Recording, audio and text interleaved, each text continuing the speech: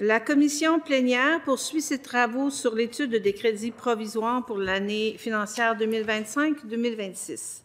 Au cours de la prochaine heure, nous allons procéder à un échange entre Madame la ministre de l'Économie, de l'Innovation et de l'Énergie et les députés de l'opposition. Nous commencerons par les remarques préliminaires. Je vous rappelle qu'un maximum de 6 minutes est alloué au groupe parlementaire formant le gouvernement, 2 minutes 59 secondes au groupe parlementaire formant l'opposition officielle, 1 minute 58 pour le second, et deuxième groupe d'opposition, 40 secondes, et troisième groupe d'opposition, 24 secondes pour l'ensemble des députés indépendants. J'accorde maintenant la parole à Madame la ministre pour ses remarques préliminaires. Oui, merci. Merci, Madame la Présidente. Donc, bonjour à tous. Très contente d'être avec vous pour parler d'énergie. Alors, je tiens d'abord à saluer mes nombreux collègues ici présents, donc les députés de Roberval, de Beauharnois, députés de Portneuf, Rivière-du-Loup, Témiscouata-les-Basques, de Marie-Victorin, de Châteauguay, de La Belle, de Bellechasse, Lobinière-Frontenac, Les Plaines, Beauce-Sud, Rousseau, Chapelot, le député de Jacques-Cartier, député de Maurice-Richard et le député de Jean Talon. Et bien sûr, Madame la Présidente, de même que les équipes du ministère qui m'accompagnent, merci de votre présence et merci au sous-ministre d'être des nôtres. Mes équipes du cabinet également. Donc, merci de nous accompagner. Alors, on va pouvoir entamer la discussion. Vous le savez, il y a eu beaucoup de développements en lien avec le dossier de l'énergie au cours des derniers mois. Alors, j'aimerais vous énoncer quelques-uns de ces développements importants qui ont pris place. Donc, il y a notamment eu le lancement d'une importante stratégie de développement éolienne par Hydro-Québec, qui a déjà mené à la signature de 3 ententes de partenariat pour la construction de parcs d'éoliennes d'un total de plus de 10 000 mégawatts d'électricité.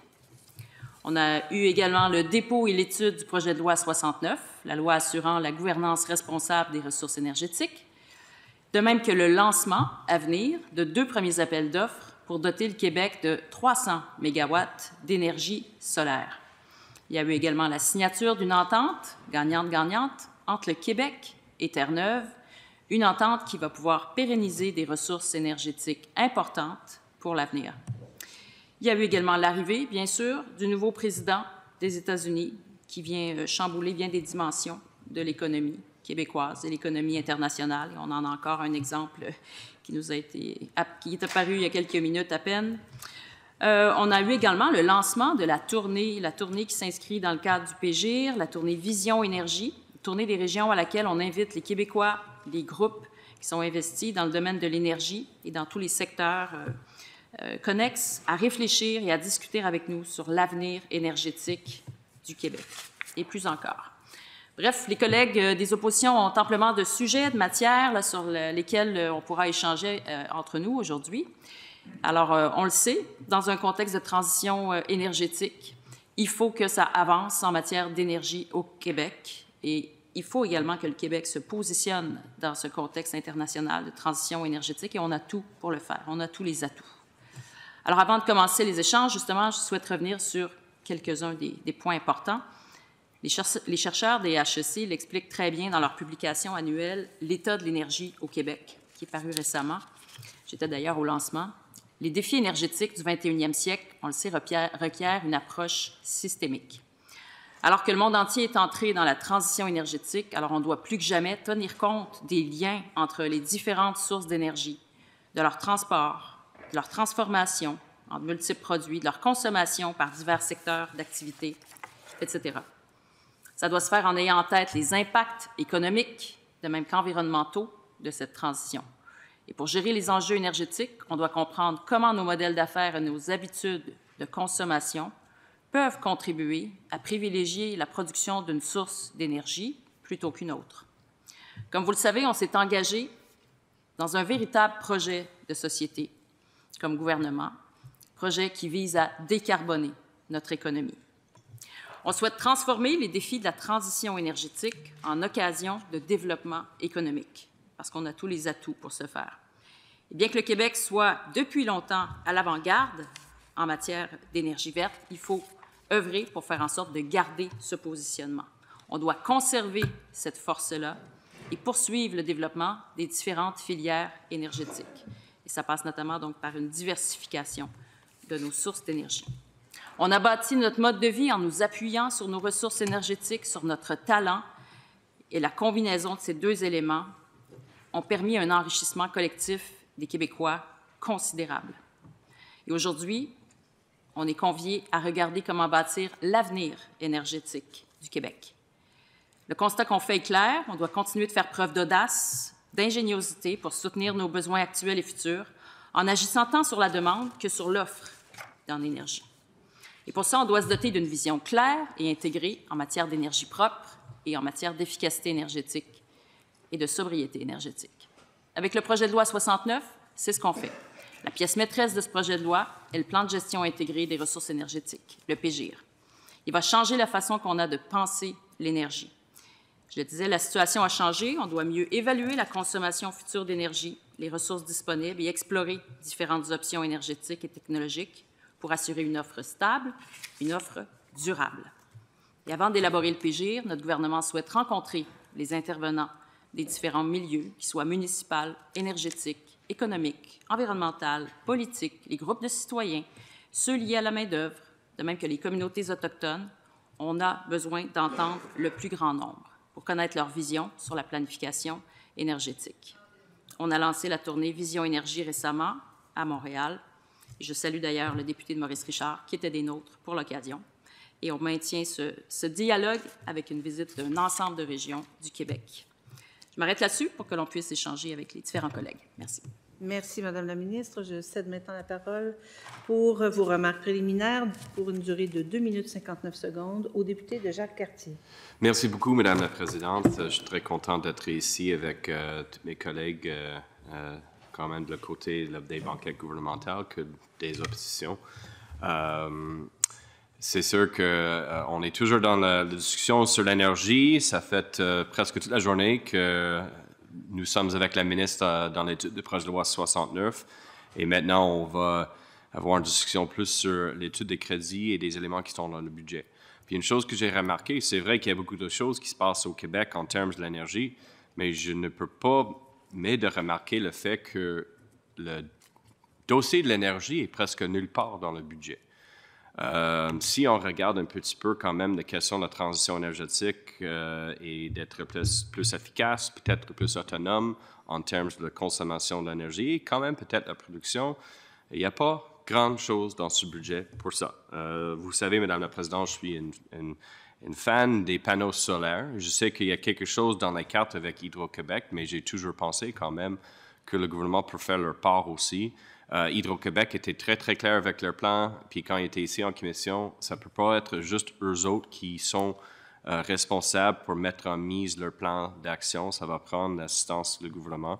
Alors, dans ce sens-là, j'ai toujours pensé que le fonds vert, c'était peut-être un élément ou une place où on peut trouver des financements pour aider des gens à faire des rénovations de leur maison, pour ajouter des panneaux solaires sur leur toit ou quand même d'acheter une batterie, parce que les panneaux solaires sont bien intéressants, mais il faut ajouter une mix des batteries. C'est qu'est-ce que plusieurs experts le disent. C'est une façon d'être plus efficace. Alors, c'est sûr que ça, c'est une chose que j'ai dit, bien peut-être ça va finalement être l'année où le budget du Québec parle d'un programme pour les panneaux solaires, de faire des rénovations à la maison pour se rendre ça plus efficace, lancer un programme, etc. Mais j'ai pas trouvé ça dans le budget, mais bref, c'est correct. Je vais garder l'espoir pour l'année prochaine. Mais encore, juste en général, on sait que sur la question de la formation, la main-d'œuvre, c'est un élément qui est hyper clé pour Hydro-Québec pour s'assurer qu'ils peuvent aller de l'avant avec leur plan. On ne trouve pas grand-chose dans le budget sur cette question spécifiquement, comment on peut assister Hydro-Québec à trouver la main-d'œuvre nécessaire. Alors, on va avoir une discussion sur plusieurs éléments, Madame la Présidente. Ça va être une bonne discussion. Puis je vais arrêter là parce que je comprends que j'ai plus de temps pour mes remarques préliminaires. Mais merci beaucoup pour l'écoute, Madame la Présidente. Merci, Monsieur le député. Monsieur le député de Maurice-Richard, est-ce que vous souhaitez faire des remarques préliminaires? Non, vous allez garder votre temps pour la période d'échange. Donc, nous serions maintenant à la période d'échange et je vais céder la parole au député de Jacques-Cartier. Parfait. Merci, Madame la Présidente. Merci beaucoup. Je vais commencer avec quelque chose qui est dans l'actualité. On a vu que le gouvernement du Québec a confirmé un décret pour garder la hausse de 3 pour les tarifs résidentiels des Hydro-Québec. Mais je veux aller plus sur la question que qui va payer pour le fait que le gouvernement a décidé de garder ça à 3 parce qu'il y a un lapsus, un manque de 1,6 dans qu'est-ce que la hausse était demandée de la régie. Et j'ai lu l'article rapidement. C'est correct, le gouvernement respecte ses engagements, c'est ce que la ministre a dit dans un mêlée de presse.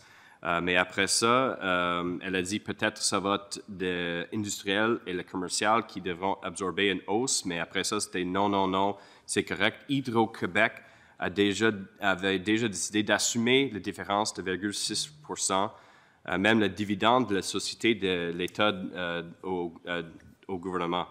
C'est une baisse d'un dividende provisionné, on a écrit par message de texte, dont ça n'apporte pas nécessairement une augmentation pour les clients commerciaux et industriels. Madame la ministre, est-ce que vous êtes en mesure de dire 7,6 c'est quoi le montant exact dans les chiffres? Combien de millions est-ce qu'on parle dans le dividende d'Hydro-Québec qu'on a maintenant moins de? Madame la ministre. Merci, Madame la présidente. Bien, tout d'abord, je voudrais commenter sur certaines des remarques préliminaires du député de Jacques Cartier quant à l'argent, par exemple, qu'il y a ou il n'y a pas dans le budget. Alors, effectivement, l'essentiel des investissements est fait par Hydro-Québec en ce qui a trait au développement énergétique. Il y a toutefois le PGIR, la tournée du PGIR, qui est portée par le gouvernement. Et dans le budget d'hier, on retrouve une somme de 1,8 million sur 2 ans qui est dédiée à l'organisation de cette tournée sur le plan de gestion intégrée des ressources énergétiques. Et je sais que le député entretient une attention particulière sur l'énergie solaire. On a d'ailleurs discuté il y a quelques jours de ça.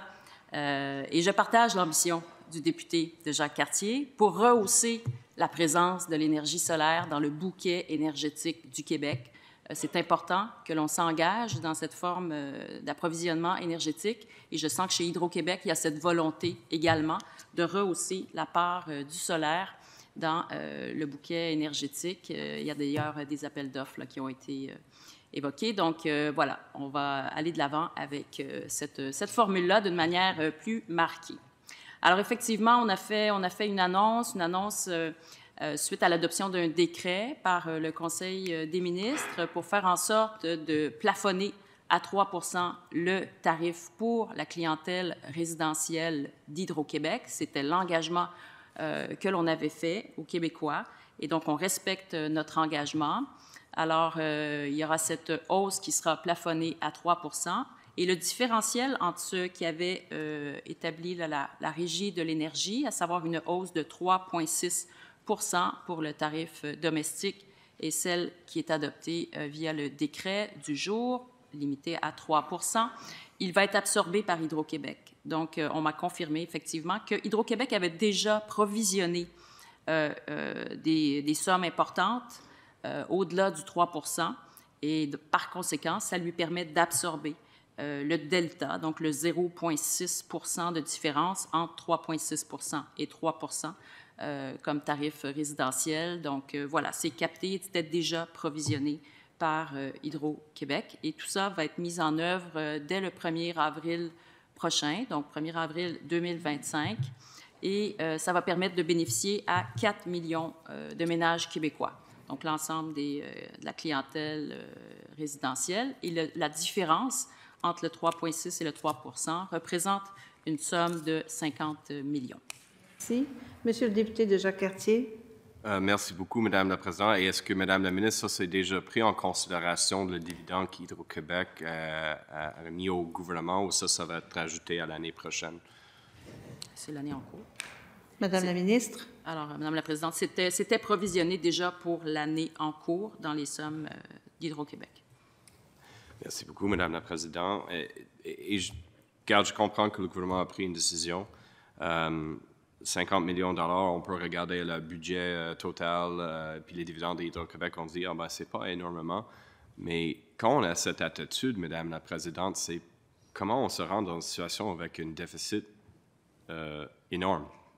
Parce que chaque fois, on dit, ben c'est juste 50 millions de dollars, ben c'est juste 100 millions de dollars. Si on regarde le total des dépenses, c'est pas énorme, mais je trouve encore, je comprends, le gouvernement a pris une décision, mais à répétition, ces types de décisions ont des conséquences lourdes pour nous. Puis je veux juste ajouter encore pour les gens comprendre bien la situation. Oui, tous les gouvernements, et souvent ont des déficits, ils en prêtent de l'argent, mais le fait qu'avec le gouvernement présentement, le service à la dette va augmenter d'une façon impressionnante dans les prochaines 2 années. Et ça, c'est l'argent qu'on va payer, essentiellement des gens qu'on a prêté l'argent d'eux. Et c'est des centaines de millions de dollars qu'on va ajouter à ça, qu'on ne peut pas dépenser dans notre économie, dans notre système de santé, dans notre système d'éducation. Alors, c'est où il faut avoir à un certain moment, quand on parle de plus de rigueur, c'est dans certaines instances comme ça. C'est juste, on ne peut pas regarder que c'est un ajout, on a moins d'argent, parce que déjà, le dividende d'Hydro-Québec continue de baisser. Et c'est problématique. Des fois, c'est lié au fait qu'on a moins de l'eau dans les réservoirs de nos barrages. Les autres, c'est dû à des autres éléments qu'on va discuter tantôt dans le budget qui était indiqué. Mais c'est juste, encore, Madame la Présidente, je pense que les gens peuvent faire des exemples un petit peu partout. Le gouvernement prend des choix, ça c'est leur droit, mais il y a des conséquences. Et si on calcule toutes ces types de décisions, ça explique pourquoi nous avons rendu dans une situation comme ça. Puis encore, il y a un coût qui va être ajouté de chaque fois qu'on prête l'argent ou on a moins d'argent, moins des revenus. C'est des vraies conséquences pour l'État. Mesdames la ministre, je veux revenir sur cet aspect-là, parce que dans le budget, on parle de Churchill Falls. Et il y a cet élément sur la page F12 où on dit que le budget prévoit une baisse importante des revenus de la province pour les 3 prochaines années. Cette raison est mentionnée. La diminution des revenus des entreprises du gouvernement est principalement expliquée par les ajustements apportés aux résultats d'Hydro-Québec découlant de l'inclusion de l'impact de renouvellement de l'entente d'approvisionnement d'électricité provenant de Churchill Falls, ainsi que la baisse des exportations liées à la faible hydrolicité.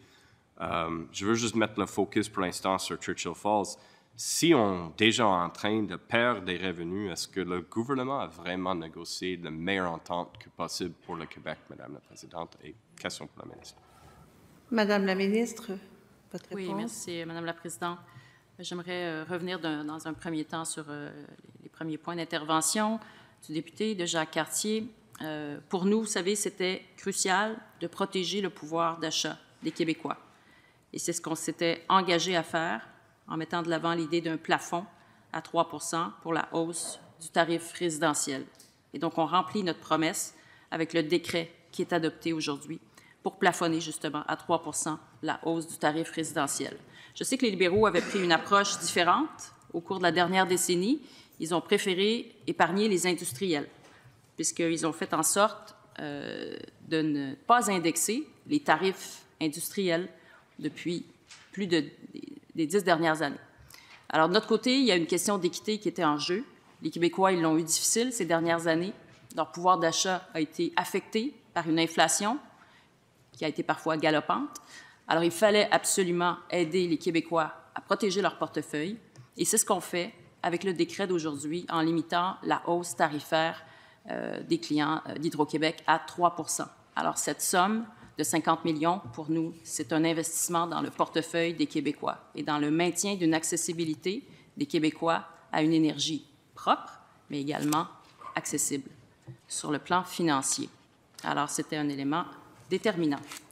Par la suite, la question portait sur, Churchill Falls, oui, l'entente Québec-Terre-Neuve, une entente déterminante, vraiment, qui est d'une grande importance parce qu'elle vient sécuriser des milliers de mégawatts à un prix plus que compétitif pour les Québécois.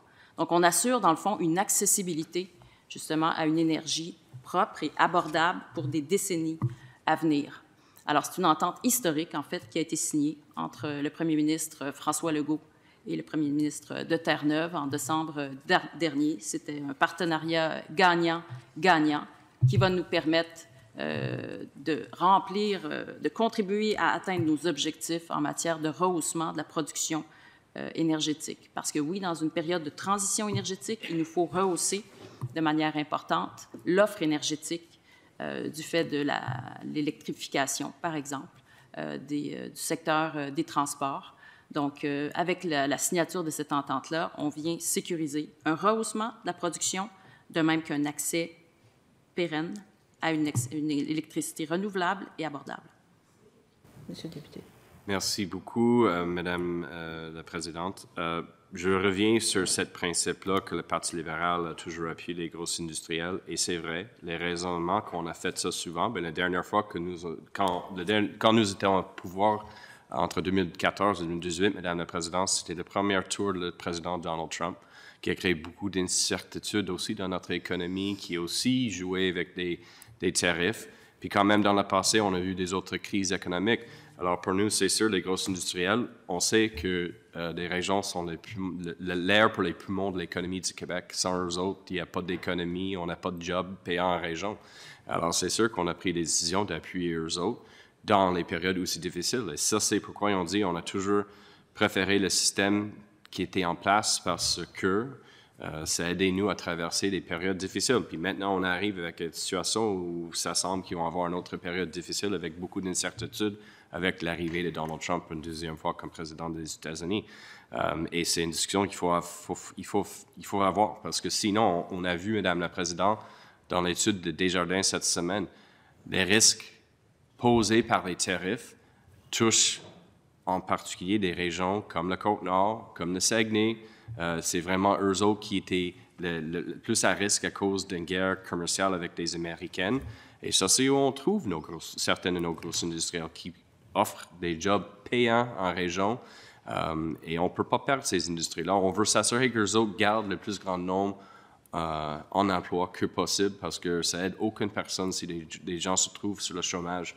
Il faut avoir des gens qui paient des impôts pour nos services. C'est partie de cette recette d'accroître notre économie pour s'assurer qu'il y a des jobs payants et des gens pour payer les impôts, pour s'assurer que nous avons des bons services de qualité au Québec.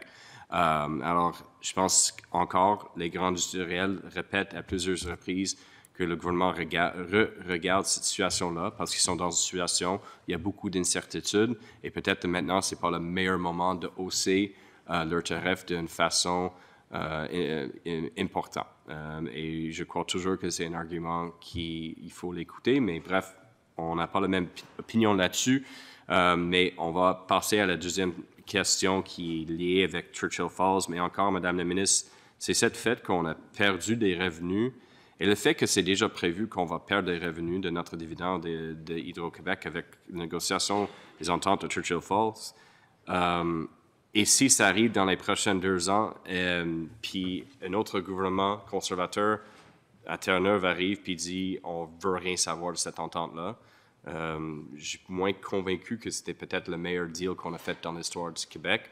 Moi, je me rappelle toujours le fait, je rappelle l'image, ça reste dans ma tête quand j'ai vu le premier ministre Terre-Neuve-Labrador qui a digéré l'entente que nous avons négociée avec eux autres dans le passé, qui était un contrat qui était hyper important pour le Québec. C'était le meilleur contrat que nous avons négocié et c'est le Québec qui a pris tous les risques à l'époque aussi.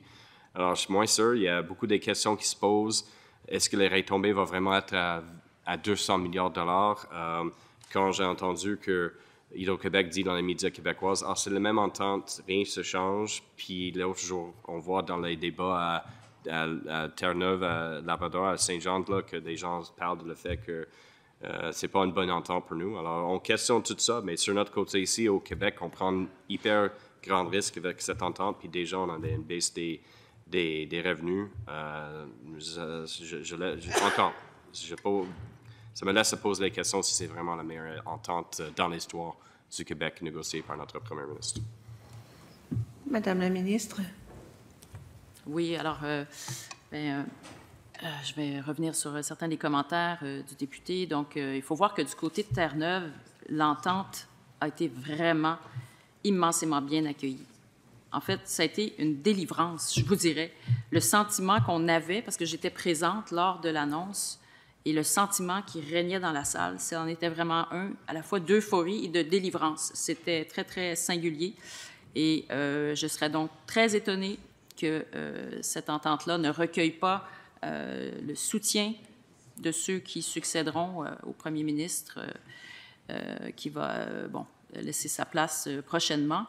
Donc, pour moi, en fait, c'est sûr qu'il reste des éléments à négocier. Il y a des éléments de l'entente globale là, qui a été convenue qui sont à préciser, mais les grands principes fondamentaux sont là. Et l'entente garantit au Québec l'accès à un minimum de 7 200 mégawatts pour les 50 prochaines années à 6 sous du kilowattheure. Ça, c'est le fruit de 4 années de travail. Je vous dirais, 4 années de développement de relations avec le Premier ministre Furey, également avec les dirigeants gouvernementaux. Et c'est un prix, il faut voir que c'est un prix 6 sous du kilowattheure qui est plus bas que toutes les options renouvelables qui existent en Amérique du Nord. Les options renouvelables accessibles, fermes. Alors, quand on parle du 200 milliards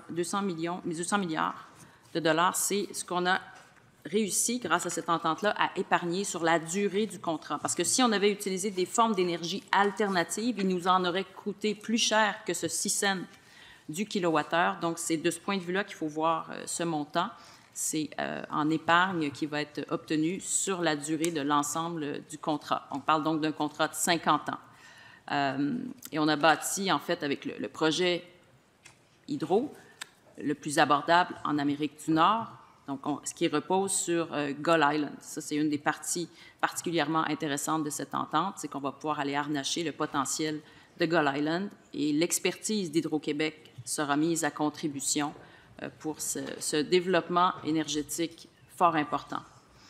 Donc, sachant qu'on vit dans un monde vraiment incertain, particulièrement ces derniers temps, je vous dirais que l'incertitude s'est accrue. Il est vraiment rassurant de voir qu'on a cette entente-là qui a été convenue avec Terre-Neuve parce qu'elle nous permet une stabilité dans le temps et à un prix vraiment très intéressant, hors compétition, je vous dirais. Alors, pour un bien essentiel, en plus, comme l'énergie, l'incertitude va être dissipée, va être mise de côté du fait de cette entente-là pour une bonne part de notre consommation. On parle de 15 % de l'énergie qui est consommée au Québec. Donc, c'est considérable comme retombée pour le Québec. Investir dans des barrages, ça a été structurant pour la société québécoise, puis ça va pouvoir l'être encore grâce à cette entente. On va s'assurer, bien sûr, de la sécurité énergétique des prochaines générations, de décarboner notre environnement et de créer de la richesse collective. Alors ça va être au bénéfice des générations à venir. Merci, Madame la ministre. Monsieur le député. 2 minutes, 20 secondes.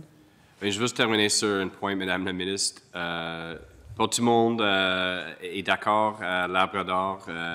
On voit à Terre-Neuve Labrador parce qu'on voit l'ancien PDG de Newfoundland Hydro qui a dit que Newfoundland Hydro was taken to the cleaners on Churchill Falls deal. Alors, on ne sait pas si on va avoir plus d'opposition dans les années qui s'en viennent, mais on verra la suite des choses. Aussi, on a eu beaucoup de temps qui est resté sur l'ancien contrat qui était très favorable au Québec. Puis, Terre-Neuve et Labrador étaient un peu coincés aussi avec le fait qu'ils doivent passer sur notre territoire avec leur projet. C'est comme, nous sommes leur seul partenaire dans leur situation pour le développement, si c'est de Gull Island ou de maximiser Churchill Falls, mais je sais qu'il n'y a pas beaucoup de temps qui reste dans mon bloc ici, Madame la Présidente, mais on verra la suite des choses. C'est juste inquiétant qu'on voit déjà que l'entente va coûter Hydro-Québec de l'argent, puis on voit que le dividende d'Hydro-Québec est en diminution à cause de plusieurs facteurs, et ça, c'est pas bon pour l'État, ni pour un gouvernement qui a pris l'engagement de sortir de la situation de déficitaire, puis d'aller vers une situation où il y a un budget équilibré en 2030, si je ne me trompe pas, Madame la Présidente. Mais aussi, il y a toutes les questions aussi qu'Hydro-Québec va prendre beaucoup plus de dettes dans les années qui s'en viennent. Et ça doit être une préoccupation de tout le monde, comment Hydro-Québec va être capable de gérer cette augmentation de dette et de payer pour tout ça. C'est pas gratuit. L'argent ne tombe pas du ciel, Madame la Présidente. Puis c'est sûr que c'est un gros chantier. Certaines parts, c'est nécessaire. Mais on va revenir dans le prochain bloc pour discuter si c'est nécessaire. Peut-être de regarder les ententes avec New York puis Massachusetts qui est mentionné dans le budget. Est-ce que c'est mieux d'annuler ces deux contrats? C'est quoi le coût? Est-ce que c'est moins coûteux de faire ça que d'investir dans plusieurs différents projets de barrages? Encore ça, c'est pourquoi c'est nécessaire d'avoir une vraie discussion avec la population, une vraie consultation. Alors, j'arrête là, Madame la Présidente. Merci beaucoup. Merci, Monsieur le député. Nous serions maintenant rendus au deuxième groupe d'opposition pour un temps de 17 minutes 45 secondes avec l'échange avec Madame la ministre. Donc, Monsieur le député de Maurice-Richard. Merci Madame la Présidente. Très heureux d'être au crédit, des pré-crédits aujourd'hui.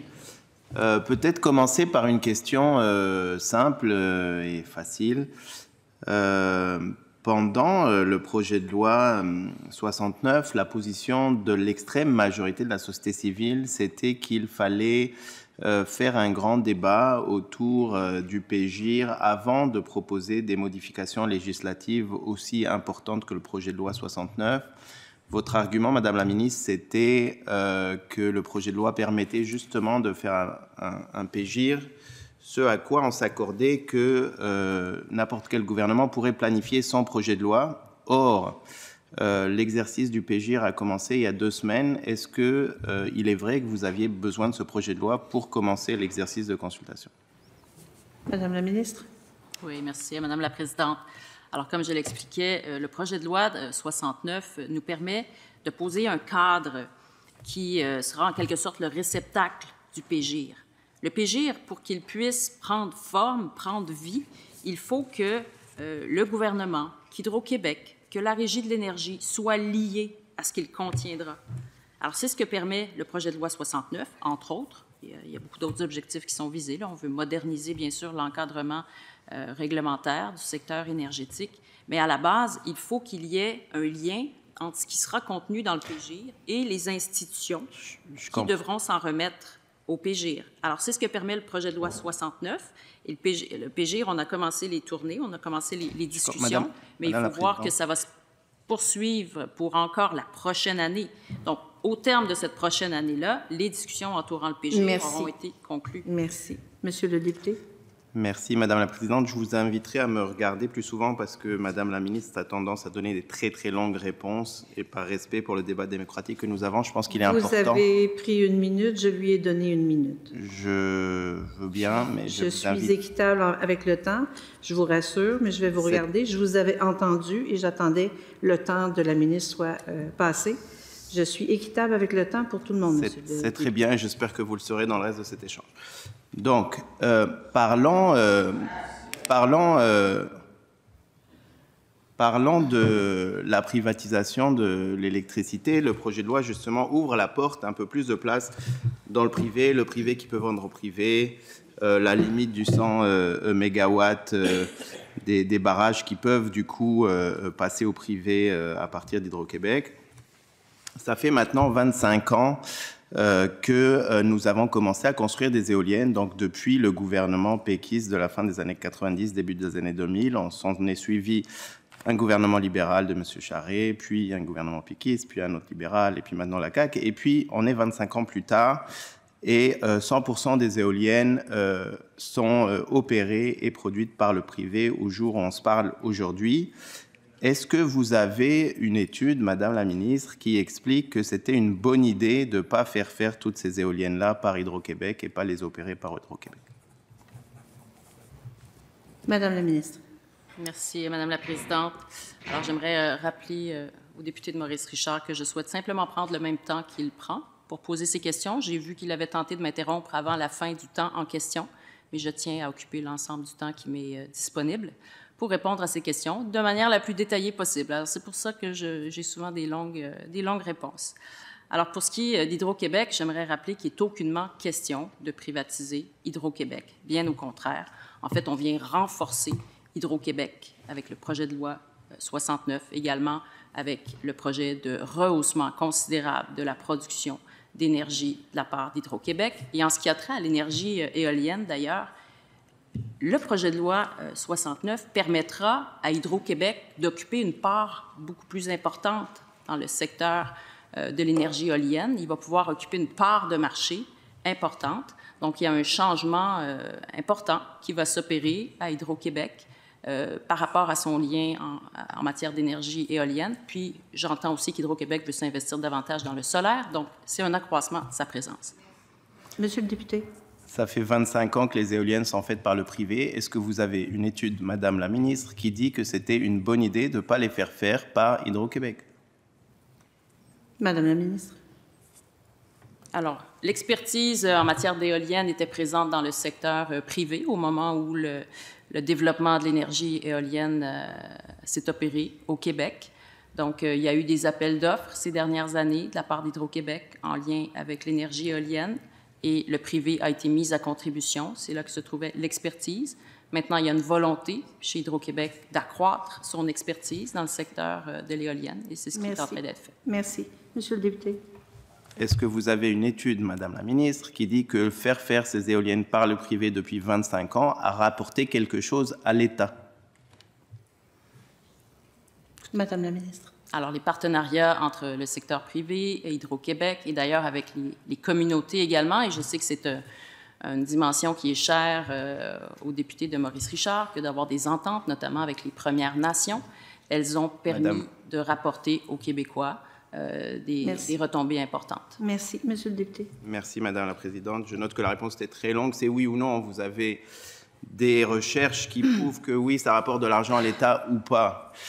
Madame la Ministre, un projet qui se fait dans le privé se fait évidemment parce que ça rapporte de l'argent au privé et les dividendes, d'après une étude de l'IREC, ont rapporté à peu près entre 1 milliard et 1,5 milliard dans des chiffres plutôt conservateurs en dividendes au privé.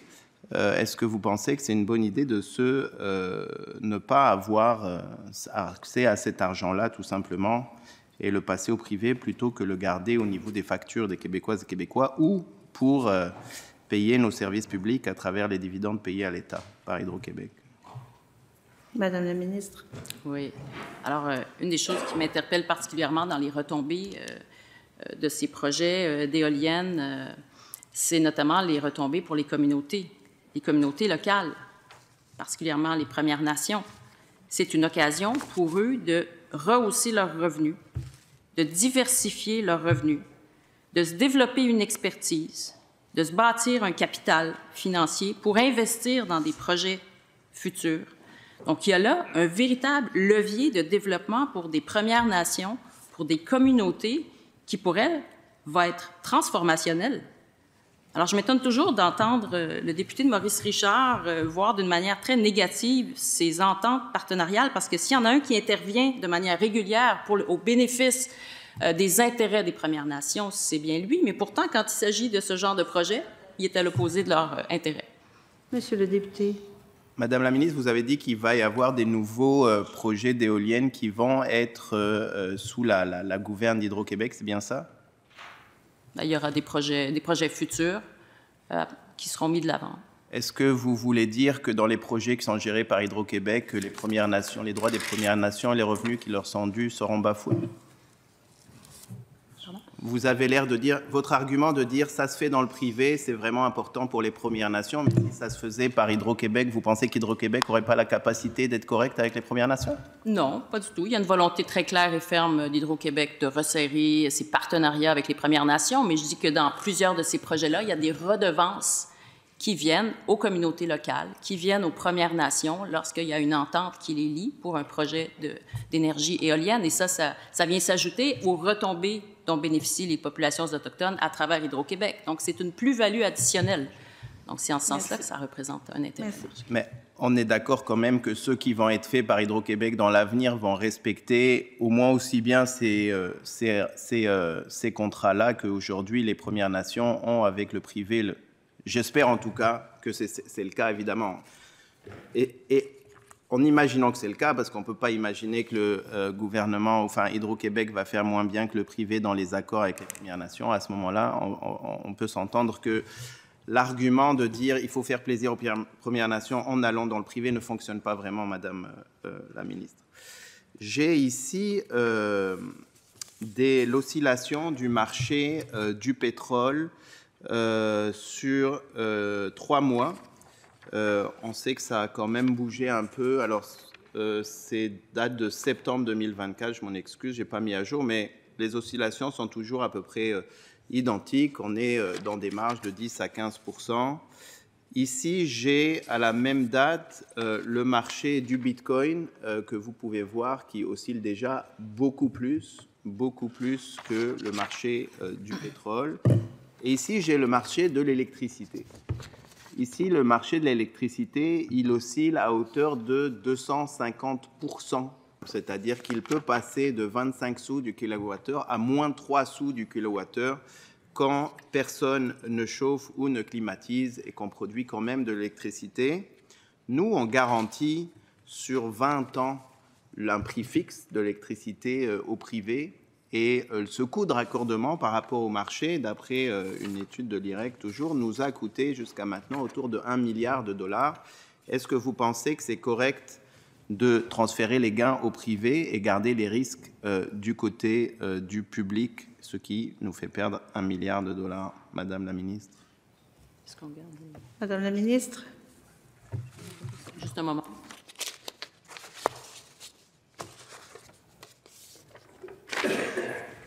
Oui, Madame la Présidente, je demanderais au député de Maurice-Richard si c'était possible de nous permettre de valider ces chiffres, parce que là, il nous montre des graphiques, mais on n'a pas ces données-là entre les mains, donc c'est difficile de répondre.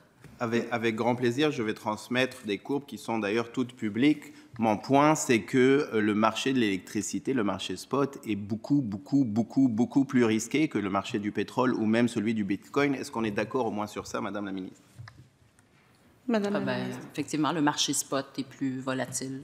Donc, on est d'accord que quand on offre une stabilité sur 20 ans à un coût d'achat d'électricité par rapport à un marché qui est très volatile, c'est-à-dire que si le privé avait à dealer avec le marché du privé, il n'investirait jamais parce que c'est beaucoup trop risqué. Et c'est bien parce que nous, en tant que société, Hydro-Québec y compris, absorbant tout le risque du marché, que le privé veut bien investir dans ce genre d'expérience. Sinon, le marché est beaucoup trop risqué.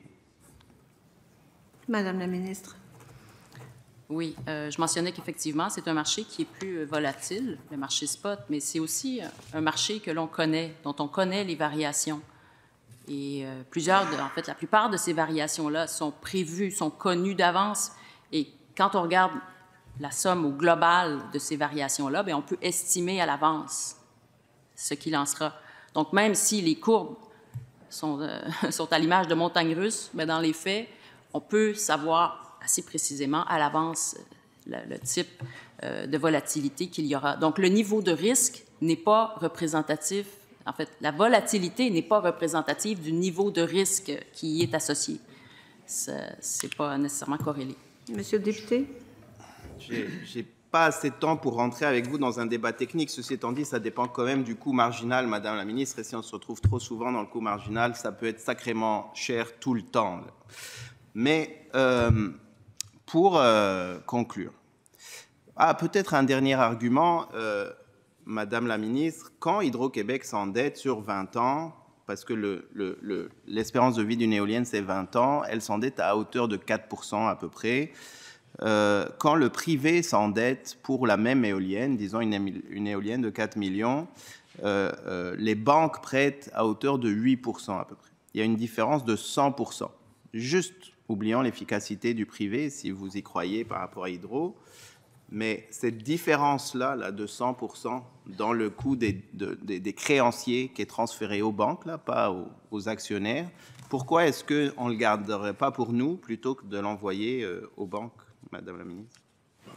Madame la Ministre.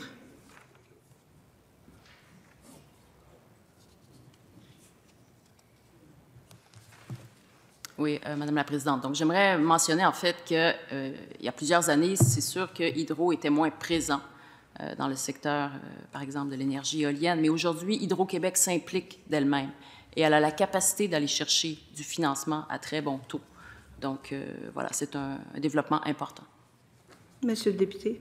Effectivement, Hydro-Québec a toujours eu la capacité à s'endetter à un très bon taux, étant donné que les actifs d'Hydro sont pris en sécurité par l'État du Québec et que l'État du Québec sécurise les prêts d'Hydro. Donc, effectivement, vous avez raison, c'est pas nouveau, par exemple. Fait que, si je résume, on transfère plein d'argent. Quand c'est fait dans le privé, on transfère plein d'argent aux banques parce que le coût de l'endettement est plus coûteux pour le privé que pour Hydro. on transfère de l'argent aux actionnaires, parce qu'évidemment, les actionnaires, quand ils mettent de l'argent dans une éolienne, c'est pour recevoir de l'argent qui ne va pas à Hydro. On prend tout le risque du marché pour nous-mêmes. Et évidemment, il n'y a aujourd'hui aucune étude qui prouve que c'était une bonne idée de le faire, ou aucune étude, évidemment, encore moins, qui dit que c'était une bonne idée de nationaliser tout ça. Est-ce que, Madame la Ministre, vous pourriez vous engager à faire une étude pour savoir est-ce que c'était une bonne idée de privatiser toutes ces éoliennes et puis les futures éoliennes, parce qu'il y a des projets, évidemment, qui vont se faire dans le privé? Madame la Ministre. Oui, Madame la Présidente. Merci. Donc, je pense que je n'ai pas à répondre là, pour des décisions qui ont été prises déjà il y a 20-25 ans, mais je vous dis que, comme je le mentionnais tout à l'heure, Hydro-Québec s'engage davantage, et c'est ce que permet notamment le projet de loi 69, dans le domaine de l'éolien. Alors, ça va être un changement de donne pour Hydro-Québec, cet engagement accru. L'expertise va être davantage détenue par Hydro-Québec que ce n'était le cas il y a 20 ans, 25 ans. Donc, voilà, ça change la donne.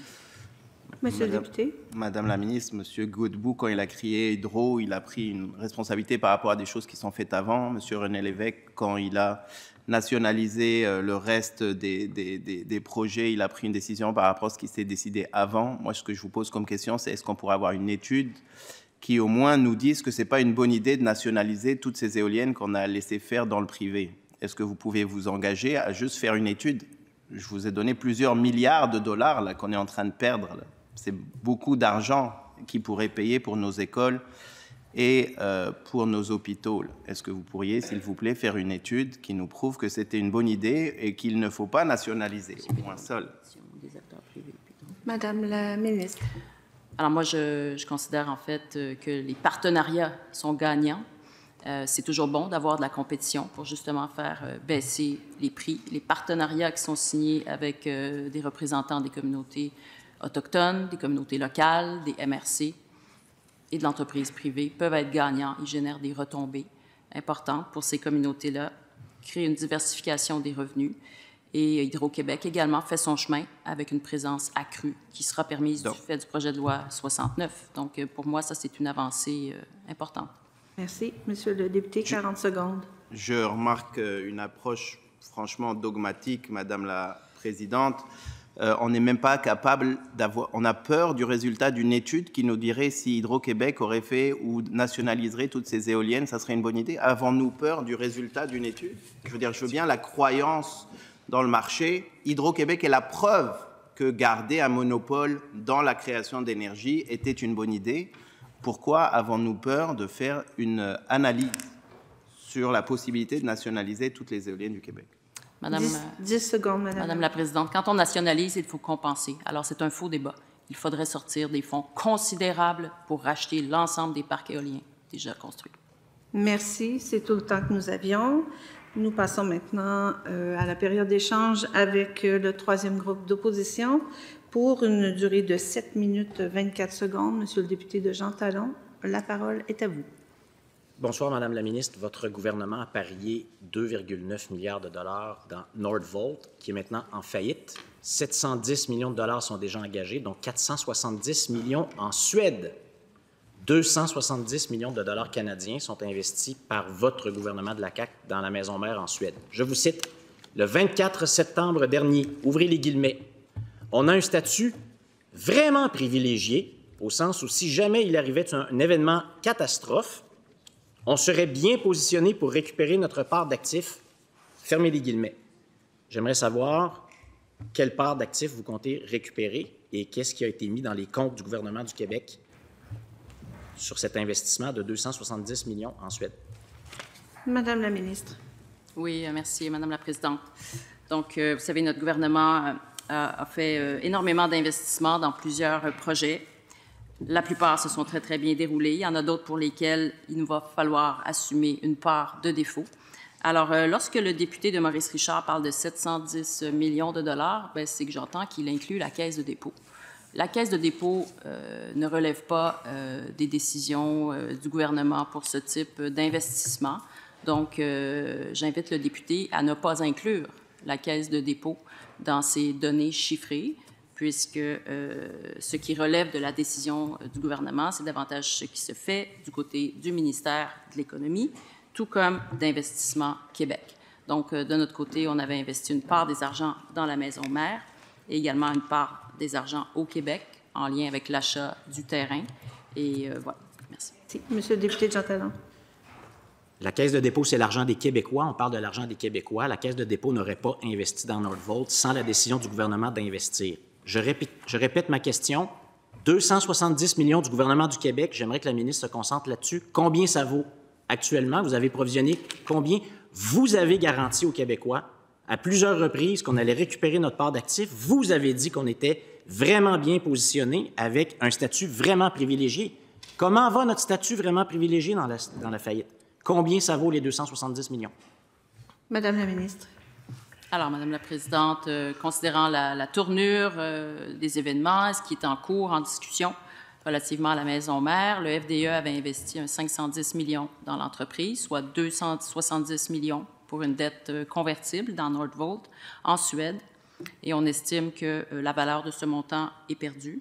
Et pour ce qui est de l'autre montant, le 240 millions, il a été investi pour un prêt pour l'achat du terrain. Il est donc adossé à la valeur du terrain qui est en garantie. Il faut voir que ce terrain-là a fait l'objet d'investissements de plus de 100 millions de dollars au cours des derniers mois par l'entreprise Northvolt. Donc, le terrain a une valeur quand même fort intéressante. Il a des caractéristiques tout à fait uniques. Il est d'une taille considérable et à proximité de la métropole. Merci. Monsieur le député. Alors, pour les Québécoises et les Québécois qui nous écoutent, la ministre, après avoir dit le contraire, qu'on allait récupérer une part importante d'actifs, aujourd'hui nous dit que ça vaut zéro les 270 millions qu'on a investis dans la maison mère en Suède. Le premier ministre du Québec, lui, nous a dit en chambre, ici même, que, je le cite, il y a un 200 millions américains, donc c'est 270 millions canadiens, au siège social en Suède. Il y a en échange des actifs, entre autres, une usine en Suède. Nous sommes dans le processus de faillite. Est-ce que la ministre peut nous dire sur quelle usine de Northvolt nous avons des actifs ou des garanties? La ministre. Alors, Madame la Présidente, j'aimerais rappeler que le processus en cours n'est pas complété. On a provisionné des sommes, mais le processus de traitement de la demande de mise en protection n'est pas complété. Donc, on va obtenir les conclusions. Je n'ai pas de moment exact auquel ça surviendra. Et par ailleurs, il y a l'actif très important qui est le terrain, qui est situé au Québec et qui a, comme je disais, fait l'objet d'un investissement de plus de 100 millions de dollars. Il a été aménagé, il a été nivelé, il a même été pieuté. Il y a des milliers de pieux qui ont été installés sur le terrain pour lui permettre d'accueillir une charge particulièrement lourde, donc une industrie importante qui pourra s'y établir. Le projet Northvolt Amérique du Nord aussi demeure dans les cartons. Merci. Monsieur le député Jean Talon. J'aimerais avoir une réponse à ma question parce que c'est le premier ministre du Québec qui nous a dit ça ici en Chambre. Nous avons une débenture avec une garantie en échange des actifs, je le cite, entre autres, une usine en Suède. On n'a pas besoin d'avoir complété un processus de faillite pour savoir sur quel actif on a ou non des garanties. Je demande à la ministre de confirmer ce que le premier ministre nous a affirmé ici solennellement en Chambre, sur quelle usine en Suède est-ce qu'on a des garanties? Madame la ministre. Oui. Alors, notre positionnement, tel que j'avais expliqué, moi, en tout cas, l'automne dernier, c'est qu'on avait un positionnement avant les actionnaires. Donc, c'était un positionnement qui nous plaçait à un stade avant celui des actionnaires. Et par conséquent, on a besoin de voir le processus qui est en cours pour obtenir la conclusion et définir les suites à donner à cet investissement. Est-ce que oui ou non, on a une garantie, comme le premier ministre l'a affirmé, sur l'usine Northvolt 1 en Suède? Alors, Madame la Présidente, j'ai indiqué qu'on avait investi 270 millions et qu'il y a un processus qui est en cours. Et du côté du Québec, il y a le terrain qui est en garantie associé à l'investissement qui a été fait de 240 millions de dollars. Et cet investissement-là a une valeur importante. Merci. Monsieur le député, pour 1 minute 10 secondes. Pour une dernière fois, dans un processus de faillite, c'est facile de savoir si oui ou non on a une garantie. Sur le 270 millions en Suède, est-ce que oui ou non, on a une garantie sur une usine en Suède, comme le premier ministre l'a affirmé. Madame la ministre. Oui, Madame la Présidente. Alors, dans l'ordre de liquidation, notre positionnement vient avant celui des actionnaires. Donc, c'est le positionnement que nous avons. Il y a un processus qui est en cours actuellement et nous attendons de voir quels sont les résultats de ce processus. Merci. 35 secondes, Monsieur le député. Les Québécoises et les Québécois comprennent bien qu'il n'y a pas de réponse parce qu'il n'y a pas de garantie sur une usine en Suède, contrairement à ce que le premier ministre a affirmé ici en Chambre. Maintenant, il reste un terrain au Québec dans lequel on a investi 240 millions. Est-ce que la ministre a fait évaluer ce terrain? Combien vaut-il? Madame la ministre, 15 secondes. Alors, Madame la Présidente, écoutez, ce terrain-là a fait l'objet de travaux il y a encore quelques semaines. Il a fait l'objet d'investissements de plus de 100 millions de dollars. Il y a des caractéristiques inégalées. Merci, c'est tout le temps que nous avions. Nous passons maintenant au... Monsieur le député n'est pas là. Donc, nous passons maintenant à l'opposition officielle. Je vous rappelle qu'il vous reste 5 minutes, 34 secondes, Monsieur le député Jacques Cartier. Madame la ministre, je voulais entendre sur le corridor énergétique annoncé par le premier ministre du Canada. On parle beaucoup dans cette annonce où le premier ministre du Québec était présent des pipelines. Selon vous, c'est quoi les conditions gagnantes d'avoir un projet de pipeline qui traverse le Québec de l'ouest du Canada? Comment on va soutenir ce corridor énergétique dans votre avis? C'est une question très importante pour la question de l'énergie au Québec. Madame la ministre. Oui, merci, Madame la Présidente. Le député Jacques Cartier évoque un élément important. C'est sûr qu'on est dans un contexte complètement renouvelé en ce qui a trait au développement énergétique Est-Ouest. C'est sûr qu'avec les soubresauts de l'économie américaine, il nous faut considérer le plus grand nombre d'alternatives possibles. Alors, est-ce que le secteur énergétique se prêtera à ce renouveau? Je pense que c'est le côté de l'acceptabilité sociale qui va nous permettre de répondre à cette question. Je pense qu'il était clair. D'accord. Merci. Monsieur le député. Merci, Madame la ministre. Vous avez cité le rapport de l'HEC sur le profil énergétique du Québec. Environ 40% de le pétrole qui est consommé, quand même raffiné ici au Québec, ça vient des États-Unis. Est-ce que vous pensez qu'on est capable de raffiner plus d'énergie, plus de pétrole qui vient de l'ouest du Canada? Est-ce que ça, c'est quelque chose qui peut être souhaitable dans le contexte actuel avec nos voisins américains, où on trouve qu'ils sont un partenaire peut-être moins fiable? Est-ce que nos raffineries ici au Québec sont capables de prendre plus de pétrole de l'ouest du Canada? Madame la ministre. Je crois qu'advenant qu'il y aurait un rehaussement important de l'afflux d'énergie, de pétrole, de gaz venant de l'ouest du pays, il faudrait adapter fort probablement nos infrastructures. Donc, adapter les infrastructures, ça veut dire faire du rehaussement de capacité du côté des infrastructures.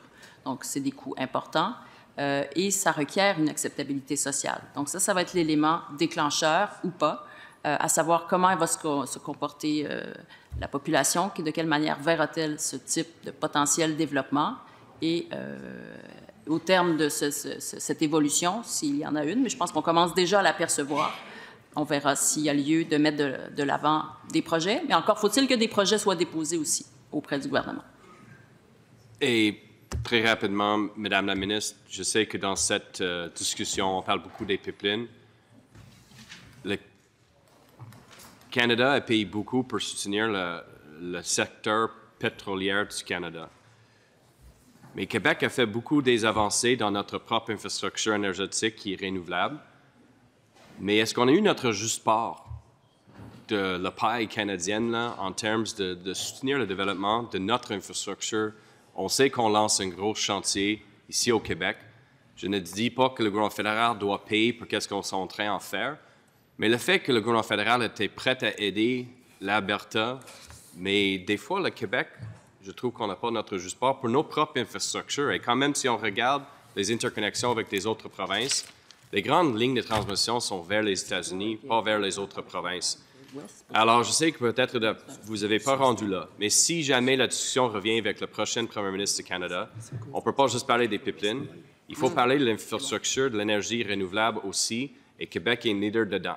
Alors, si on va parler des pipelines, moi, je parle contre des lignes de transmission, que le gouvernement fédéral va aider des provinces qui sont en train de faire une transition énergétique vers des sources d'énergie renouvelables. Ça, c'est l'équité. Ça, c'est juste.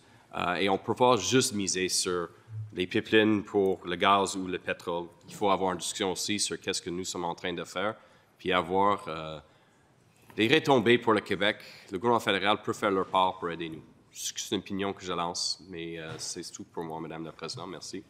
Madame la ministre, il vous reste 1 minute 5 secondes. Alors, Madame la Présidente, je partage le constat du député Jacques Cartier à le fait que le Québec, avec son développement énergétique, n'a pas été chercher des sommes au fédéral, comme l'Ouest canadien en a obtenu. Or, c'était les libéraux et les péquistes qui étaient là au moment du développement des infrastructures énergétiques au Québec. Donc, ces deux partis qui formaient le gouvernement à cette époque-là n'ont pas été chercher les sommes colossales qu'aurait dû avancer le fédéral si on était dans une dynamique d'équité par rapport à l'Ouest canadien. Donc, il y a une belle occasion qui a été manquée de ce côté-là. Heureusement, on en a quand même fait de ces investissements comme gouvernement du Québec, puis on a été chercher une richesse collective considérable, mais du côté fédéral, les gouvernements de l'époque, péquistes et libéraux, n'ont pas été chercher ce qu'ils auraient pu aller chercher. 15 secondes. C'est vrai. Je rappelle que le premier ministre était parti de ces gouvernements de le Parti québécois, Madame la Présidente. Alors, c'est lui qui a porté la responsabilité aussi, mais quand même, le CAQ est là depuis 6 ans. On sait qu'on a beaucoup de... Merci. Oh. Merci beaucoup. C'est tout le temps que nous avions. Ceci met fin à l'étude des crédits provisoires pour l'année financière 2025-2026. Ces crédits provisoires sont-ils adoptés? On a demandé un vote électronique, donc qu'on appelle les députés et conformément au 2e alinéa de l'article 114.2 de notre règlement, j'invite les personnes présentes, autres que les députés, à se retirer et je suspends les travaux quelques instants. Nous reprenons nos travaux. Madame la députée. Madame la Présidente, j'ai l'honneur de vous faire un rapport de que la Commission plénière a étudié les crédits provisoires pour l'année 2025-2026 et qu'elle les a adoptés. Merci, Madame la députée. Ce rapport est-il adopté? Un vote électronique a été demandé. Le vote est maintenant ouvert.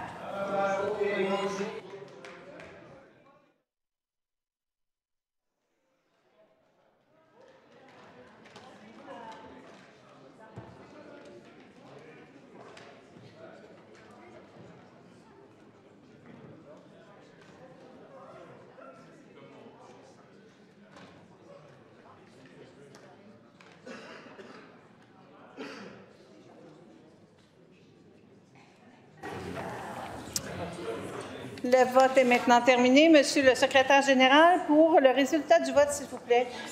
Pour 75, contre 21, abstention aucune. Donc, c'est adopté.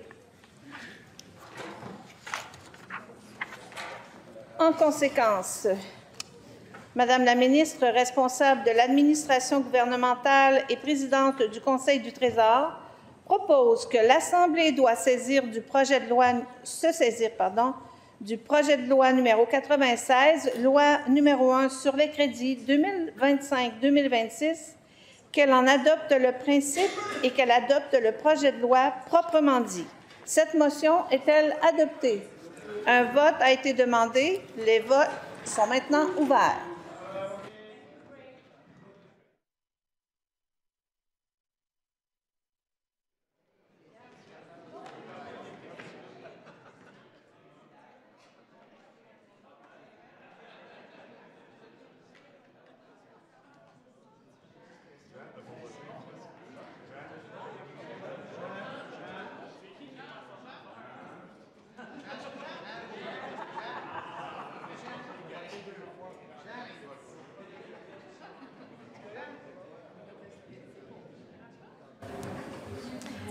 La période de vote étant terminée, Monsieur le secrétaire général, pour le résultat du vote. Pour 75, contre 21, abstention aucune. Cette motion est adoptée. En conséquence, le projet de loi numéro 96, loi numéro 1 sur les crédits 2025-2026 est adopté. Monsieur le leader du gouvernement. Merci, Mme la Présidente. Je fais motion afin que l'étude de l'ensemble des crédits budgétaires 2025-2026, sauf ceux de l'Assemblée, soit renvoyée en commission permanente. Cette motion est-elle adoptée? Adoptée. Compte tenu de l'heure, les travaux sont ajournés à demain, le jeudi 27 mars 2025 à 9h40. Merci tout le monde.